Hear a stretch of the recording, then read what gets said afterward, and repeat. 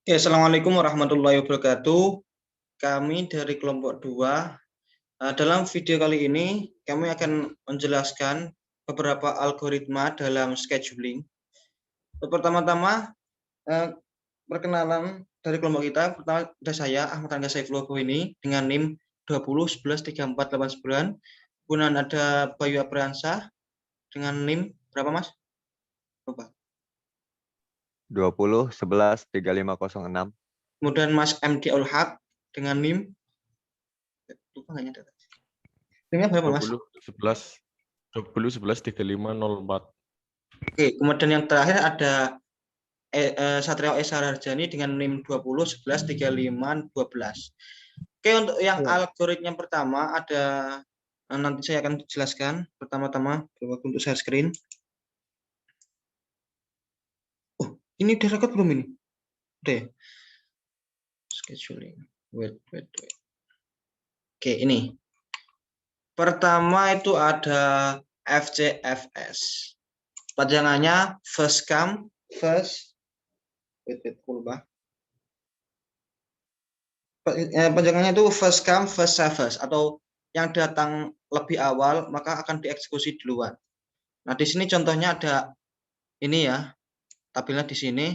Yang pertama ada arrival time atau waktu datangnya, kemudian burst time, dan waiting time, turnaround time, dan sebagainya.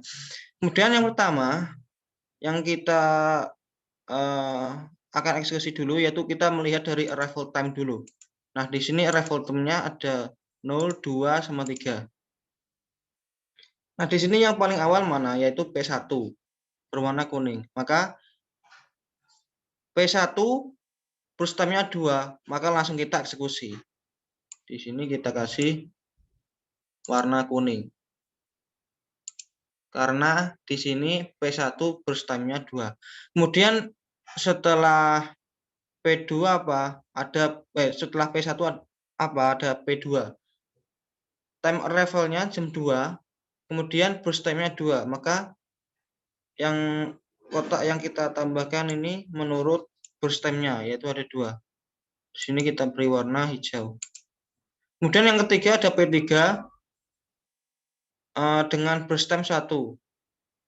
Maka kita tambahkan salah.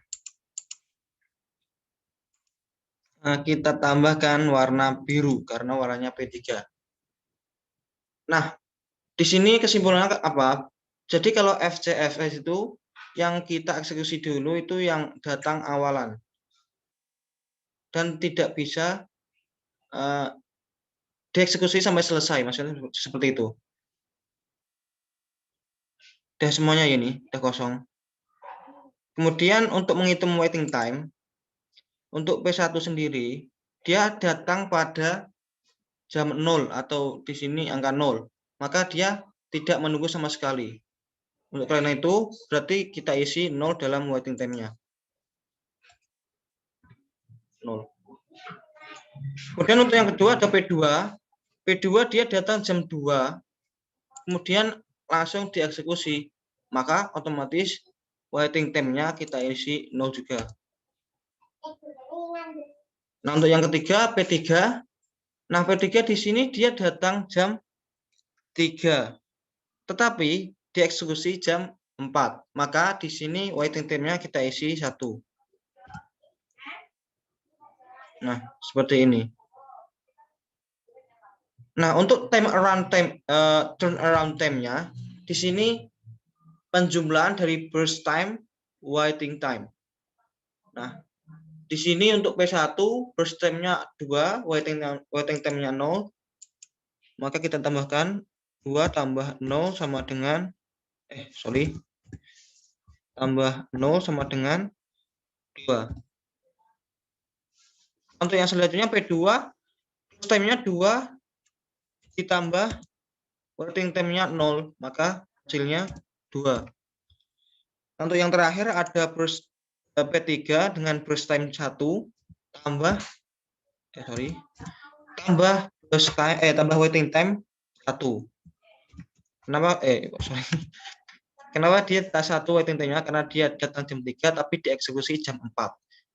Maka 1 ditambah 1 sama dengan 2. Nah, di sini nanti di bawahnya kita tarik rata-rata dengan cara ini semua ditambahkan kemudian dibagi jumlahnya mereka atau jumlah anggotanya. Di sini 3 berarti sorry, ini aku hapus dulu ya. Sum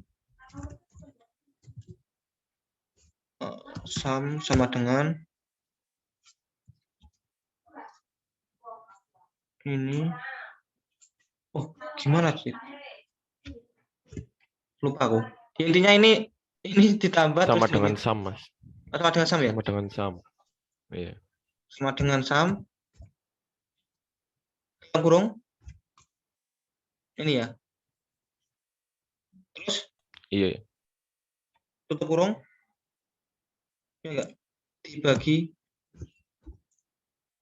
3. Oh, enggak bisa. Lupa mulai. Pakai slash, Mas. Oh, slash. Astagfirullah. Sum. Maaf. Kita memang noob /3. Gini ya? Iya. Oh ya ini. Nah, hasilnya ini 0,333. Itu lebih apa namanya? Kita ambil 2 digit angka di belakang koma aja. Nah, ada beda. Kemudian untuk ini sama aja dibagi 3 nanti disebelahkan kemudian dibagi 3.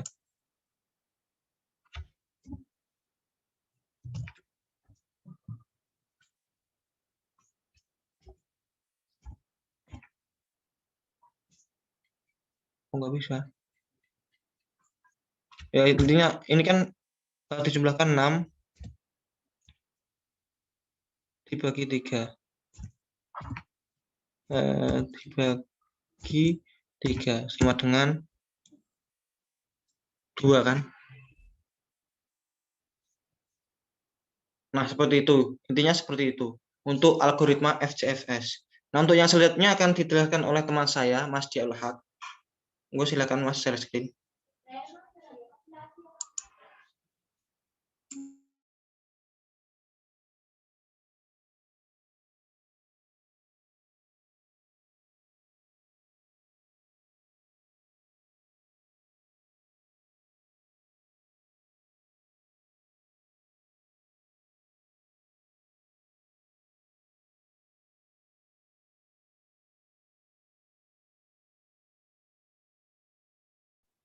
Baik. Ini selanjutnya ada SJF atau Short Job First. Pada algoritma ini, di setiap proses yang ada di ready queue akan dieksekusi berdasarkan burst time terkecil. Sebagai contoh, kita ada SJF non-preemptive. Misal pasien 1 datang waktu kedatangan 0. Dia mempunyai burst time atau waktu eksekusi 3. Dia akan langsung dieksekusi 3, misal 3 jam. Nah, sudah pada jam kedua, P2 datang dengan burst time 2, tapi P1 masih memiliki waktu eksekusi 1. Nah, waktu sisa P1 masih 1 jam dan P2 2 jam. Berarti kan masih sedikit burst time-nya P1. Langsung akan dilanjutkan 3 jam. Lalu masih ada P2 dan P3. Nah, P2 datang waktu kedatangan 2. Dia memiliki burst time 2. P3 datang pukul 3 memiliki burst time 1. Nah, sedangkan P1 baru selesai pukul 3. P3 memiliki burst time 1, yaitu lebih kecil daripada P2. Dia akan dieksekusi lebih dulu oleh sistem. Lalu setelah itu P3 sudah selesai, sudah dieksekusi. Dan P2-nya lalu dieksekusi oleh sistem pukul 4, 2 jam. Lalu kita hitung waiting time and turnaround time. Dia memiliki bus time 3, memiliki waktu tunggu 0. Maka di sini 0, 3 ditambah 0. P2 memiliki bus time 2, memiliki waiting time 2. 2 tambah 2 sama dengan 4. P3 memiliki bus time 1. Saya tidak menunggu antrian di dalam sini. Lalu dia memiliki waiting time 0. 1 tambah 0 sama dengan 0. Kita cari rata-ratanya waiting time. Memiliki rata-rata 0,67. Sedangkan turnaround time memiliki memiliki rata-rata 2,67. Mungkin itu sedikit penjelasan dari SCF non preemptif. Yang kedua ada SCF preemptif, yaitu bisa disela di tengah-tengah waktu. Seperti contoh P1, waktu kedatangannya 0. Dia akan dieksekusi dulu. Nah, pada tengah-tengah setelah baru jalan 2 jam misalnya, P2 datang dan memiliki bus time 2. Nah, ini baru jalan 2 berarti kan masih 3 sampai 1. 2 sama 3 lebih kecil mana? Lebih kecil P2. Maka P1 akan masuk ke dalam antrian terlebih dahulu dan P2 masuk karena memiliki bus time yang lebih kecil. Lalu baru jalan 1 jam, P3 masuk pada pukul 3 misalnya. Dia memiliki waktu bus time 1. Nah, P2 masih memiliki bus time 1, P3 masih memiliki bus time 1. Daripada sistem harus overheat, lebih baik diselesaikan dulu yang P2. Maka P2-nya menyelesaikan pekerjaannya, diselesaikan pekerjaannya. Lalu masuklah P3. P3 memiliki bus time 1, sedangkan P1 masih memiliki bus time 3. 3 sama 1 lebih kecil mana? Lebih kecil P3. Lalu P3 yang dieksekusi dan P1 masih dalam antrian. Lalu setelah semuanya dieksekusi, P1 masih memiliki bus time 3. Barulah P1 masuk. Begitu kira-kira penjelasannya. Nah, lalu kita hitung waiting time dan turnaround time. Waiting time-nya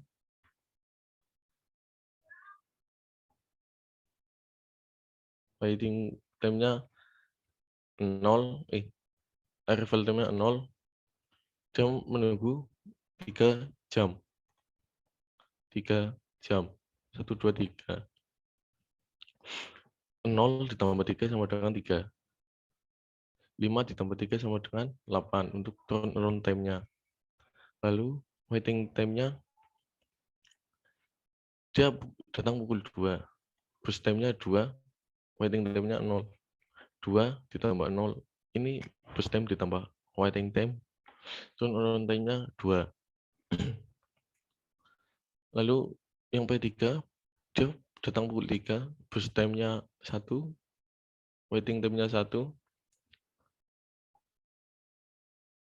turun maka 1 ditambah 1 sama dengan 2. Turun time-nya 2.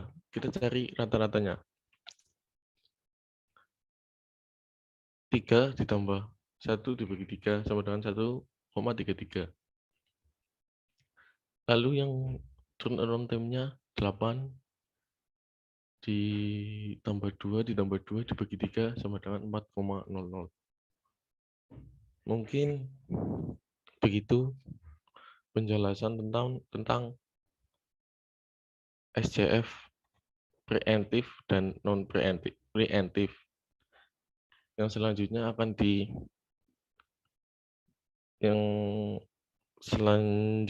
akan dilanjutkan oleh teman saya Bayu Abriansyah.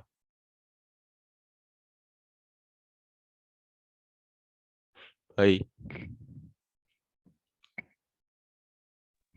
Baik. Oke, bentar.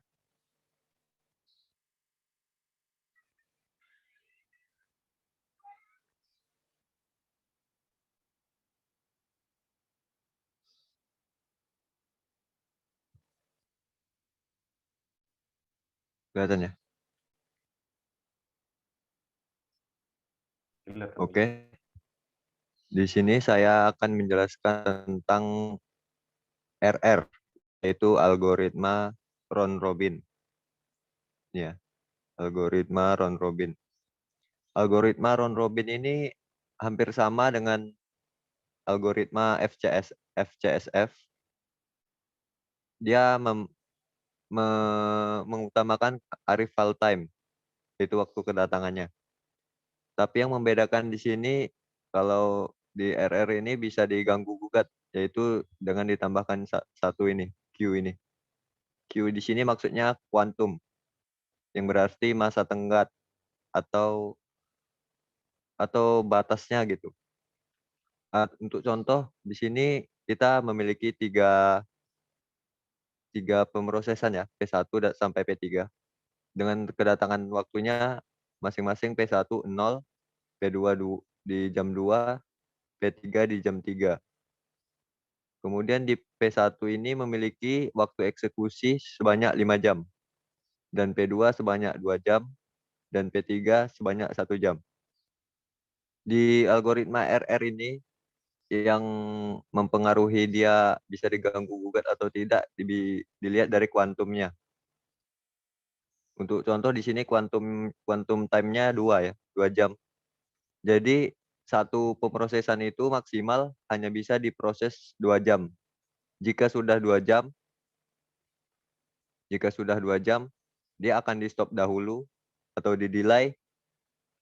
Kemudian dia akan melihat apakah di antrian memiliki pemrosesan lain. Jika ada, dia akan memproses antrian itu, kemudian dilihat lagi antrian berikutnya. Untuk contoh di sini ya, kita memiliki P1 arrival time-nya di jam 0. Otomatis dia akan dieksekusi dahulu. Nah, di sini setelah dieksekusi sampai 2 jam,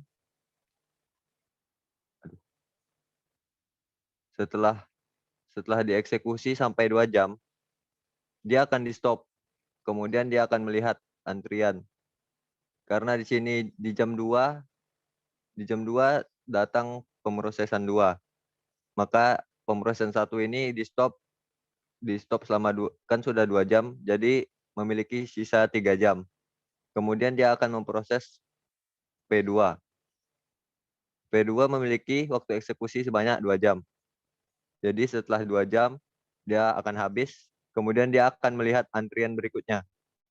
Dan ternyata di sini P1 masih memiliki sisa 3 jam.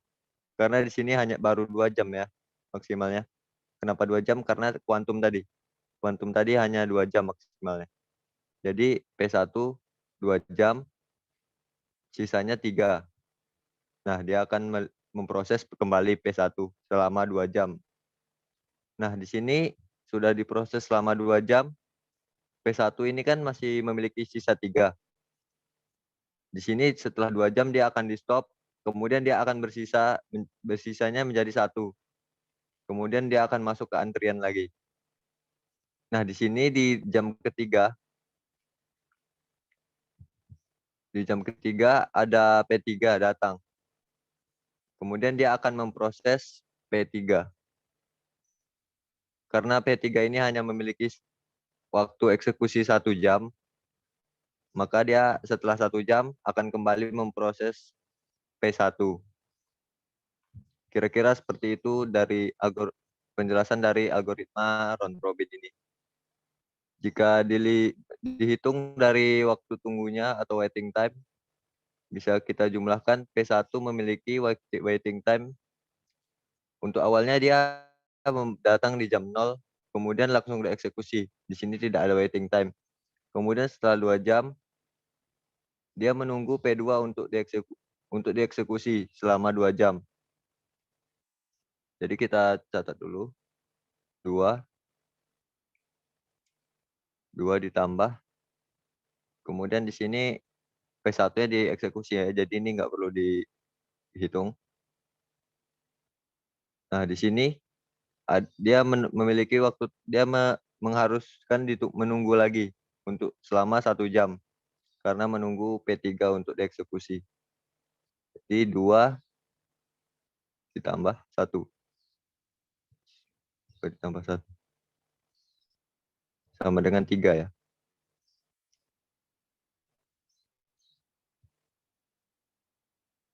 Kemudian untuk P2 memiliki waktu tunggu. Kita lihat dia di sini datang di jam 2. Kemudian langsung dieksekusi. Berarti setelah dieksekusi dia tidak memiliki sisa waktu eksekusi. Berarti di sini waiting time-nya 0 ya. Kemudian di P3 dia datang di jam 3. Kemudian dia menunggu waktu eksekusi selama 3 jam. Karena dia datang di jam 3, dia menunggu 1, 2, 3 jam. Jadi kita buat di sini 3 jam. Kemudian turnaround time ini merupakan keseluruhan waktu dari arrival time hingga semua pemrosesan itu selesai dilakukan. Kalau di sini P1-nya dia datang di jam 0 sampai akhir di jam 8. Berarti turnaround-nya 8. Kemudian di P2 dia datang di jam 2, kemudian berakhir di jam 4. Berarti jika dihitung 1, 2, dia hanya menghabiskan waktu 2 jam. Dan terakhir P3, dia datang di jam 3, kemudian waktu tunggunya 1, 2, 3, dan ditambah waktu pemrosesannya. Jadi turnaround time-nya 4.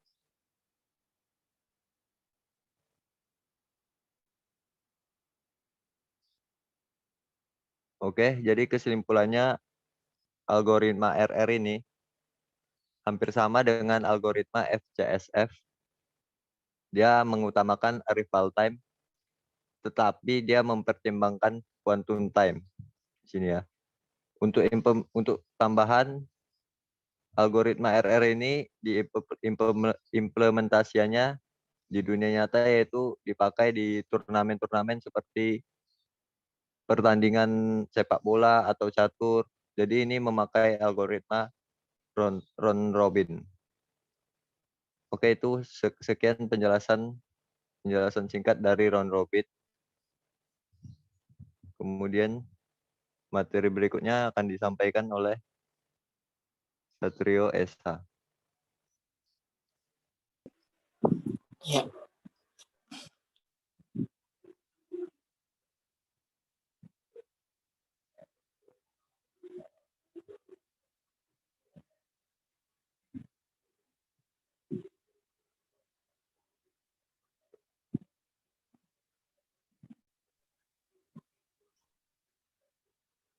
Sudah ya. Udah, Mas.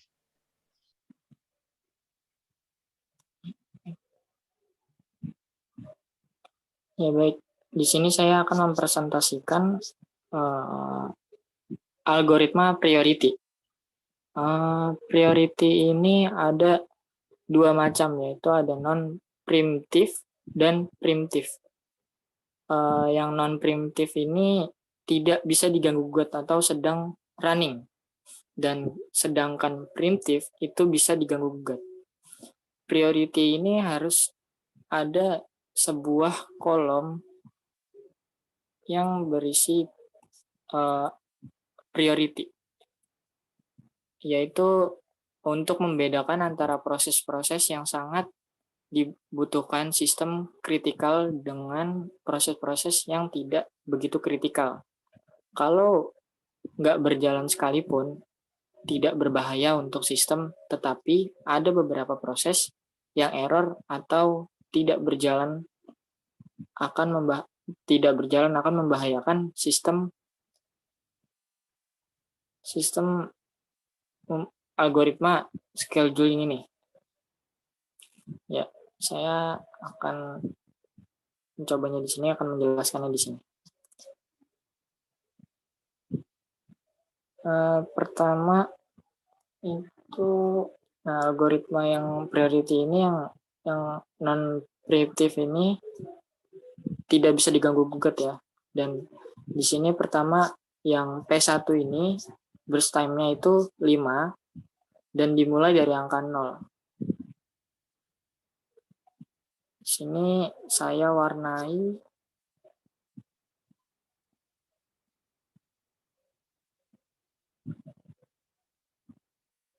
warna kuning. Nah, setelah sini sampai 5 dan kemudian P2, dan P2 itu dia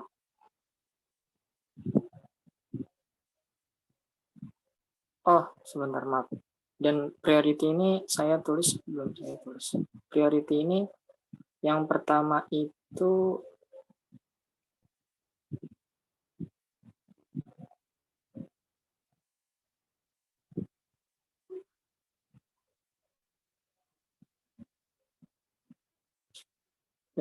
priority yang pertama itu 3, yang kedua itu priority-nya 2, ini 1.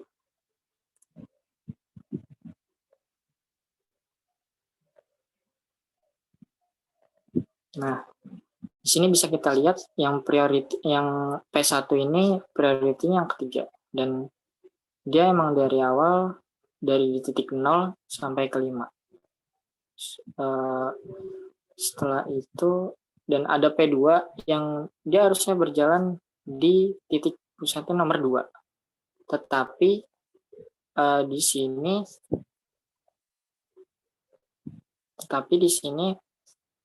ada P1 dan dia tidak bisa diganggu gugat dan tidak bisa diberhentikan. Namun di sini kita lihat priority yang ke P3 itu lebih dulu dibandingkan P2. Jadi di sini P3 kita warnai dengan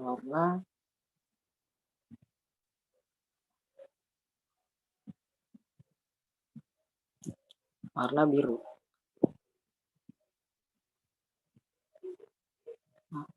Kemudian yang P2, masuk yang ke P2, langsung ke dari sini. Saya warnai dengan warna hijau. Nah, di sini bisa kita lihat perhitungan waiting time-nya. Di sini P1 dimulai dari titik 0 sampai dengan burst time-nya 5. Dan di situ tanpa ada waktu tunggunya. Jadi bisa kita tuliskan 0 waktunya itu.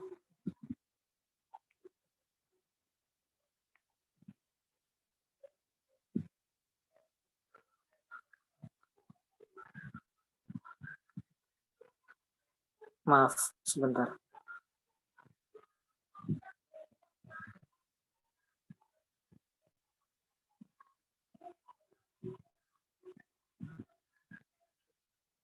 di sini waktunya 0 karena tidak bisa diganggu gugat. Dan kemudian yang P2 ini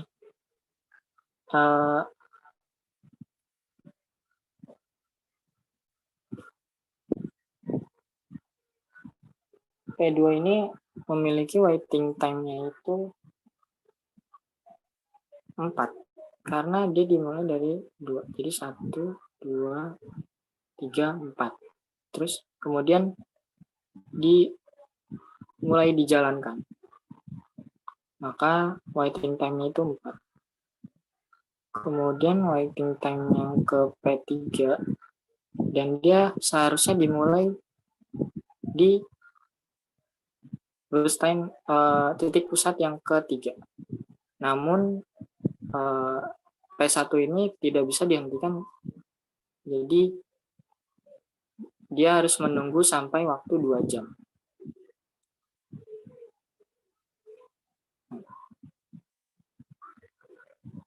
Kemudian di sini kita hitung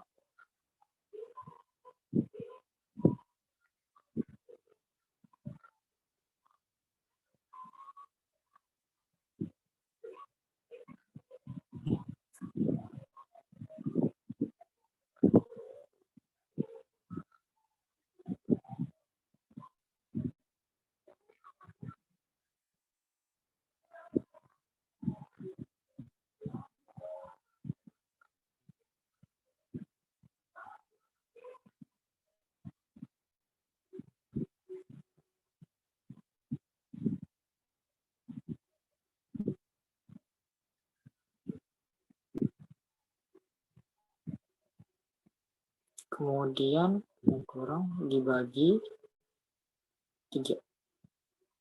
Maka hasilnya 2. Dan untuk mencari hasil turnaround-nya,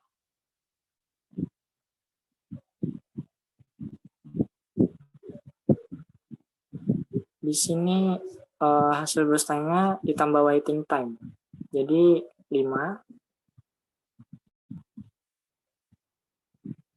Kemudian yang P2 ini 2 tambah 4, 6. Kemudian yang P3 ini 3. Dan kemudian kita jumlahkan seperti yang sama kayak tadi.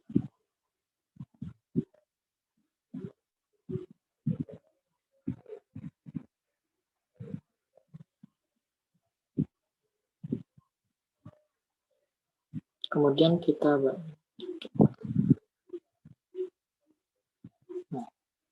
keluar hasilnya. Nah,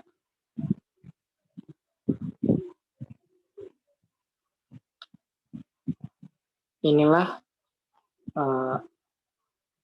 priority yang non primitif. Sedangkan yang primitif itu bisa diganggu gugat.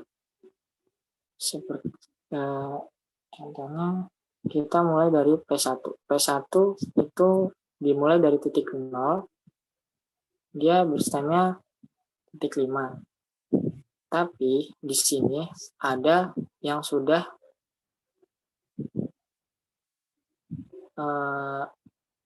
masuk di 2 sini. Jadi P1 itu hanya bisa berjalan 2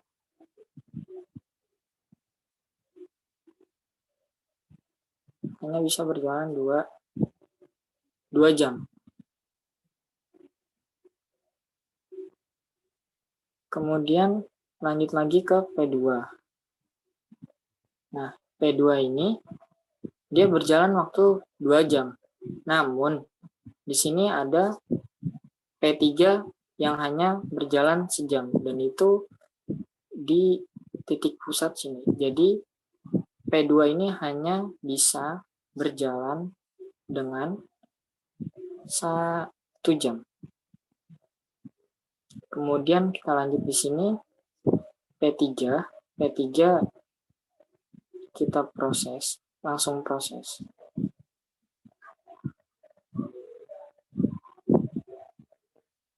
Jadi langsung proses. Dan kemudian di P3 ini masih ada sisa lanjutnya tadi. Kita masukkan lagi. Nah, kemudian yang P1 ini masih ada sisa 3 jam. Maka akan diproses 3 jam.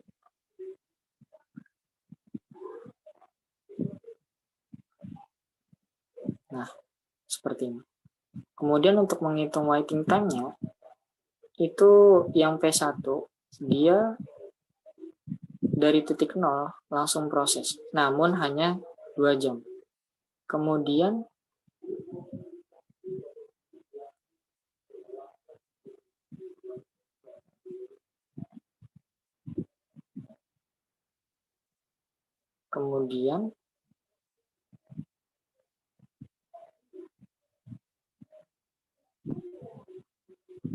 nah, di sini dia dari titik 0 dan tidak ada hentinya. Namun di sini ada berhenti sejenak sekitar 3 jam waktu dari P2, P3 dan P2. Nah, dan seterusnya langsung beroperasi lagi 3 jam. Dan dia menunggu waktu selama 3 jam. Maka kita tambahkan 3 jam.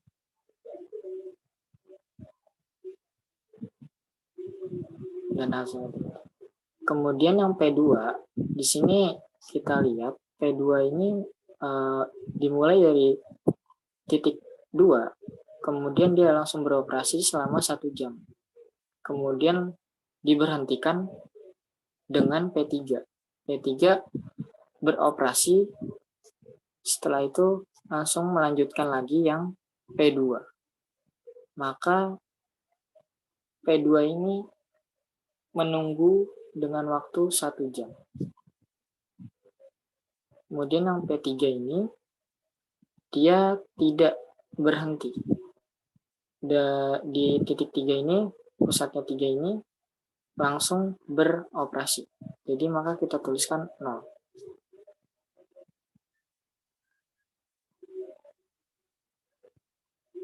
Oke, kita jumlahkan.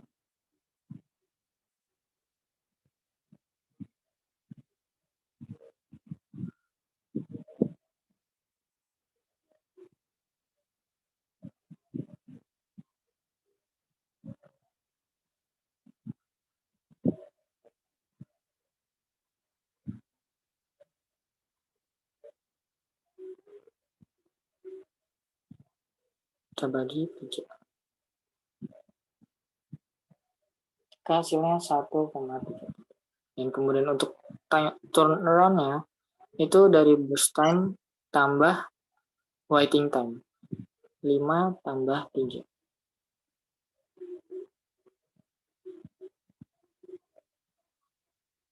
Kemudian 2 tambah 1.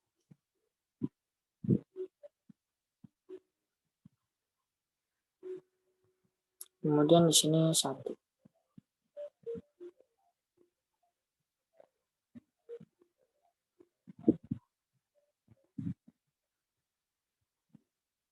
Dan hasilnya, cari hasilnya sama kayak tadi.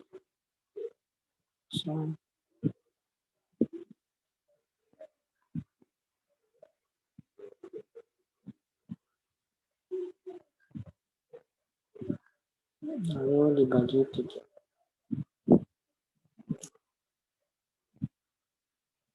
Sebentar, ada yang salah.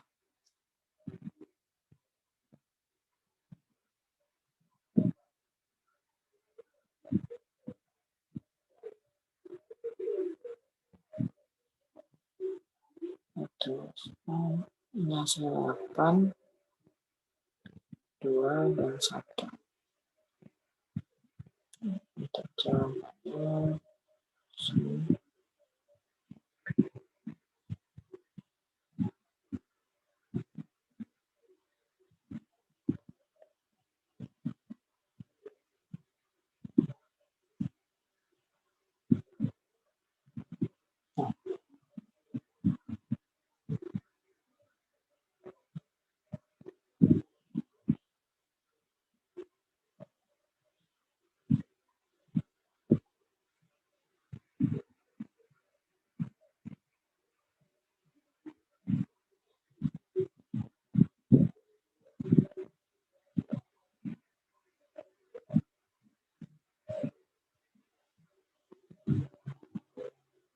Maka kita bagi ke hasilnya 3,67. Oh iya, untuk prioritinya tadi saya lupa. Di sini prioritinya ini tadi sama kayak tadi. Ini kita tuliskan 3. Itu 2. Ini 1. Nah, yang lebih penting itu P1, kemudian P2, kemudian P1, kemudian P2 lagi, kemudian baru sisanya P1.